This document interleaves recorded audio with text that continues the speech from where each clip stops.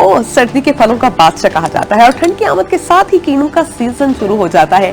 कीनू की पैदावार में सरगोदा सरे फहरिस्त है। मजीद हम बताएंगे सैफ खान अपनी इस रिपोर्ट में।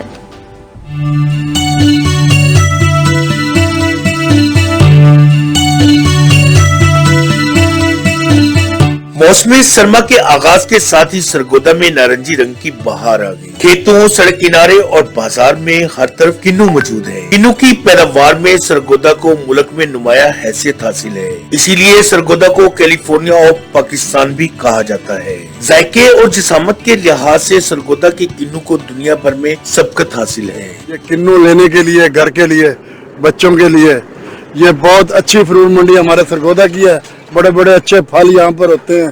किन्नू, फिरूटर, मौसमी, शक्करी, हर किस्म की चीज लेने के लिए हम हाजिर हुए हैं जी इधर। माशाल्लाह पाकिस्तान में सबसे अच्छी क्वालिटी का हर मुल्क, हर शहर, हर जगह पे ये सबसे आगे जा रहा है और माशाल्लाह इसकी खुसूसियात, इसकी खूबियां, इसका जायका पूरे पाकिस्तान क्या पूरी दुनिया में नहीं होगा इंशाल्लाह। सरगोदा में पैदा होने वाला किन्नू दुनिया भर में किन्नू की पैदावार का 21% है, जिसकी बरामदात से एक अंदाजे के मुताबिक पाकिस्तान को $4.5 बिलियन का ज़र मुबादला हासिल होता है। हमारे सरगोदा का किन्नू जो है पूरी दुनिया में नंबर 1 है।